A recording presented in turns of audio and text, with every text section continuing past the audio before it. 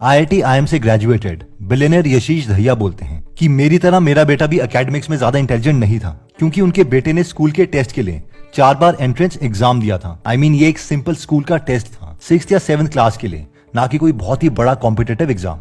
और finally 4th time में वो स्कूल के एंट्रेंस एग्जाम में सिलेक्ट हो गए। और उस वक्त यशीश के बेटे ने उन्हें SMS सेंड किया और कहा, पापा 2 तरह के लोग होते हैं, एक जो हार मान लेते हैं और दूसरे जो जीत जाते हैं। इवन 10th क्लास में यशीश के बेटे ने उन्हें फोन करके कहा था कि मुझे लगता है कि मैं अपनी क्लास में सबसे डम लड़का हूँ, लेकिन मैं इतना हार्डवर्क करूंगा कि सबसे आगे निकल जाऊंगा।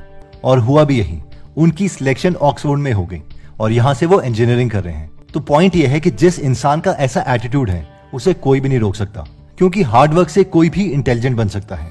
तो ये जो गॉड गिफ्टेड वाली थियरी है, इसे रहने दो। जो सबसे ज्यादा हार्डवर्क करेगा फाइनली वो ही जीतेगा। ये जो गॉड गिवन टैलेंट वगैरह वाली कहानी है ना, ये तो मतलब यार रहने ही दो, मतलब I don't think it really matters. Next point कहता है कि intelligent people keep asking questions. Socrates, जिन्हें वेस्टर्न फिलॉसफी का फाउंडिंग फादर माना जाता है, इनकी एक जो सबसे बड़ी क्वालिटी मानी जाती है वो ये थी कि उनके पास हर चीज के आंसर चाहे ना हो, पर वो हर चीज के बारे में क्वेश्चंस पूछते रहते थे। एक बार सॉक्रेट्स के पास एक जवान लड़का आया जिसका नाम यूथडेमस था, जो कॉन्फिडेंट था कि वो ये बता सकता है कि कब किसी के साथ न्याय हो रहा है और कब किसी के साथ अन्याय हो रहा है। तो सॉक्रेट्स ने उससे पूछा कि अच्छा मुझे ये बताओ कि अगर कोई किसी को धोखा देता है तो क्या ये अन्याय है या न्याय है? तो उसने बोला, हाँ ये तो अन्याय है, क्योंकि ये गलत बात है। फिर सॉक्रेट्स ने पूछा, ओके, लेकिन अगर कोई अपने देश के लोगों को बचाने के लिए दूसरे देश की आर्मी को धोखा देता है तो फिर ये क्या है? इस पर यूथडेमस बोला कि दुश्मनों को धोखा देना न्याय है, लेकिन दोस्तों के साथ धोखा देना अन्याय है। इस पर सॉक्रेट्स ने दोबारा पूछा, अच्छा ये बताओ कि अगर कोई जनरल अपनी ही आर्मी को झूठ बोलता है ताकि वो अपनी आर्मी को मोटिवेट कर सके, तो क्या ये न्याय है या अन्याय है? इसके बाद तो यूथडेमस खुद ही कंफ्यूज हो गया कि किस चीज को जस्टिस बोले और किसको अनजस्टिस। अब इस क्वेश्चन ओरिएंटेड अप्रोच से होता यह था कि सामने वाला बहुत गहरी सोच में चला जाता था, क्योंकि उसे लॉजिकल वे में सोचना पड़ता था कि अब वो सॉक्रेट्स को आंसर क्या दे। एक्चुअली स्टीव जॉब्स की भी कुछ ऐसी ही आदत थी। जब उन्हें एप्पल से निकाला गया था तो उन्होंने पिक्सार कंपनी का काफी बड़ा पार्ट खरीद लिया था और फिर वो पिक्सार कंपनी मैनेज करने लग गए थे। उस वक्त वहां के इंजीनियर्स काफी घबरा गए थे, क्योंकि वो जानते थे कि स्टीव जॉब्स बहुत डिमांडिंग है। एनीवेज, पिक्सार के को-फाउंडर एड कैटमेल बोलते हैं कि उनकी बात स्टीव जॉब्स से ज्यादातर फोन में होती थी। वो बहुत सोच समझकर उन्हें कोई आइडिया बताते और स्टीव जॉब्स उनसे उसी वक्त दूसरा क्वेश्चन पूछ लेते कि अगर ऐसा है तो ऐसा क्यों नहीं है। फिर एड फोन रख देते और उस क्वेश्चन का हफ्तों तक आंसर ढूंढते। अगले हफ्ते जब वो स्टीव जॉब को पुराने क्वेश्चन का आंसर देते तो स्टीव जॉब उन पर नया क्वेश्चन पूछते थे और ये दोबारा से काफी हफ्तों तक चलता। I would say something to him and he would immediately shoot it down because he could think faster than I could.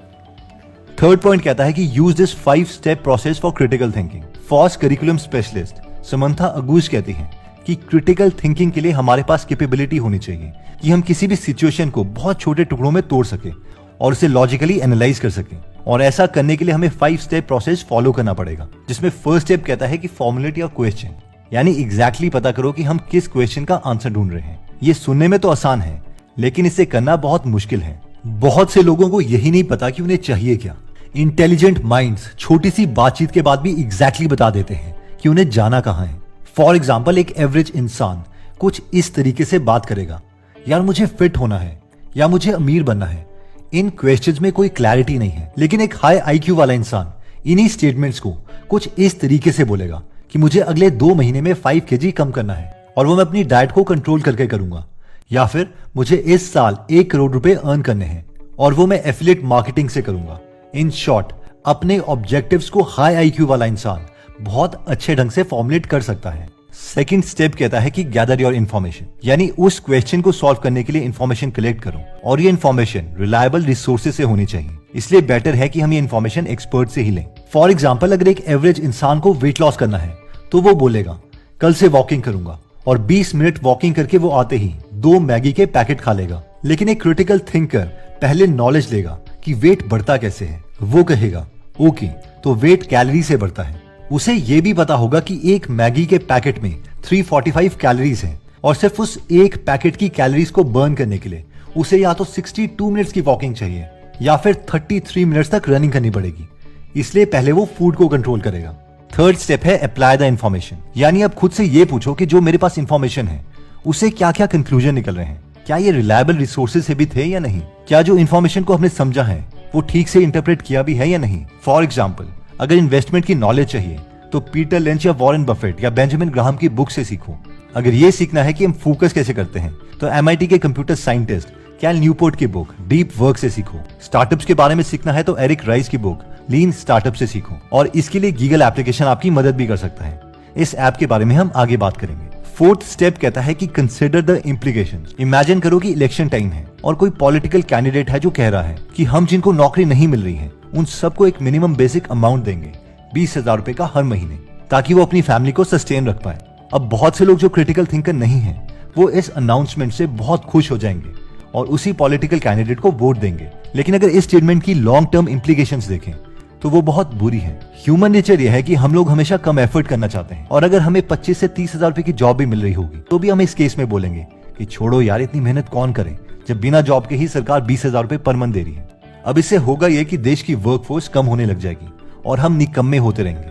तो परमानेंट सोल्यूशन ये है कि एक्चुअल में जॉब्स क्रिएट किए जाए। नए एंटरप्रेन्योर्स के लिए शुरू के सालों में टैक्सेस कम किए जाए ताकि ये इनोवेशन करें और जॉब्स क्रिएट करें। फिफ्थ पॉइंट कहता है कि explore other points of view. ये पॉइंट कहता है कि ऑपोजिट लोगों के थॉट्स सुनने बहुत बहुत इंपॉर्टेंट है। हमें ये पता ही होना चाहिए कि हम गलत क्यों हो सकते हैं। For example, MIT Sloan school of management एक बिजनेस स्कूल है MIT का, जो US की one of the best universities हैं। तो इसमें वो स्टूडेंट्स के लिए अपने बेस्ट रियल वर्ल्ड एंटरप्रेन्योर्स लाते हैं जो उन्हें लेक्चर्स दे सकें, अपने नए पॉइंट ऑफ व्यूज बता सकें। लेकिन सबसे इंटरेस्टिंग बात यह है कि वो बॉक्स में ऑपरेट नहीं कर रहे हैं, यानी सिर्फ अपने ही देश के एंटरप्रेन्योर्स नहीं लाते बल्कि बाकी देशों के बेस्ट एंटरप्रेन्योर्स भी ला रहे हैं। जैसे कि उन्होंने रिसेंटली इंडियन स्पीकर सीरीज चलाई है जहां पर उन्होंने जीरोधा के को फाउंडर निखिल कामत को भी बुलाया था, पॉलीगन के फाउंडर संदीप नेलवाल को भी बुलाया था, नारायण हेल्थ के फाउंडर देवी शेट्टी को भी बुलाया था। इससे फायदा ये होता है कि दूसरों ने जो अपनी ब्रेन पावर को यूज करके कंक्लूजन्स निकाले हैं हम उन्हें मेजर कर सकते हैं कि वो ठीक है या नहीं। तो दोस्तों, इसमें हमने अपनी क्रिटिकल थिंकिंग और IQ को इंक्रीज करने के लिए 3 मेथड्स देखे, जिसमें सबसे पहला था हार्ड वर्क। यानी हार्ड वर्क करोगे तो कोई भी माइंड टाइम के साथ साथ शार्प हो ही जाएगा। इसमें हमने यशीश दहिया की स्टोरी भी देखी थी।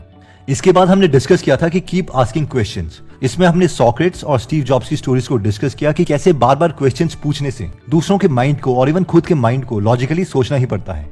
और थर्ड पॉइंट में हमने क्रिटिकल थिंकिंग को बढ़ाने के लिए समंथा अगूस के 5 स्टेप प्रोसेस को देखा था, जिसमें फर्स्ट स्टेप था कि फॉर्मुलेट योर क्वेश्चंस, यानी एग्जैक्टली ये पता करो कि हमें चाहिए क्या। सेकंड था गैदर द इन्फॉर्मेशन, यानी इसके रिगार्डिंग जितनी भी इन्फॉर्मेशन है उसे कलेक्ट करो। थर्ड था अप्लाई द इन्फॉर्मेशन, उस इन्फॉर्मेशन को अप्लाई करो और ये सोचो कि जो इन्फॉर्मेशन हमने कलेक्ट करी है वो ऑथेंटिक सोर्सेज से है भी या नहीं। फोर्थ था कंसीडर द इम्प्लीकेशंस, यानी ये सोचो कि जो हमने कंक्लूजन्स निकाले हैं उसकी लॉन्ग टर्म इम्प्लीकेशंस क्या होगी। फिफ्थ था explore other points of view, यानी औरों के पॉइंट ऑफ व्यू को भी देख लो, क्या पता उन्होंने कुछ ऐसा सोचा हो जो हम सोच ही ना पाए हों।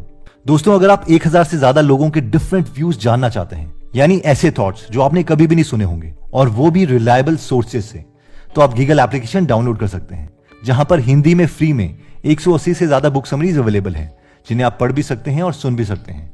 तो अगर आप नॉलेज में इंटरेस्टेड हैं तो इसका लिंक हम डिस्क्रिप्शन और फर्स्ट कमेंट में दे देंगे। अगर आप हमारी वीडियोस मिस नहीं करना चाहते तो हमारा पेज लाइक करने के बाद 3 डॉट्स के बटन को प्रेस करके फॉलो के बटन को सिलेक्ट कीजिए और फाइनली सी फर्स्ट के ऑप्शन को सिलेक्ट कर लीजिए। इससे आपको हमारी हर पोस्ट मिलती रहेगी। जय हिंद।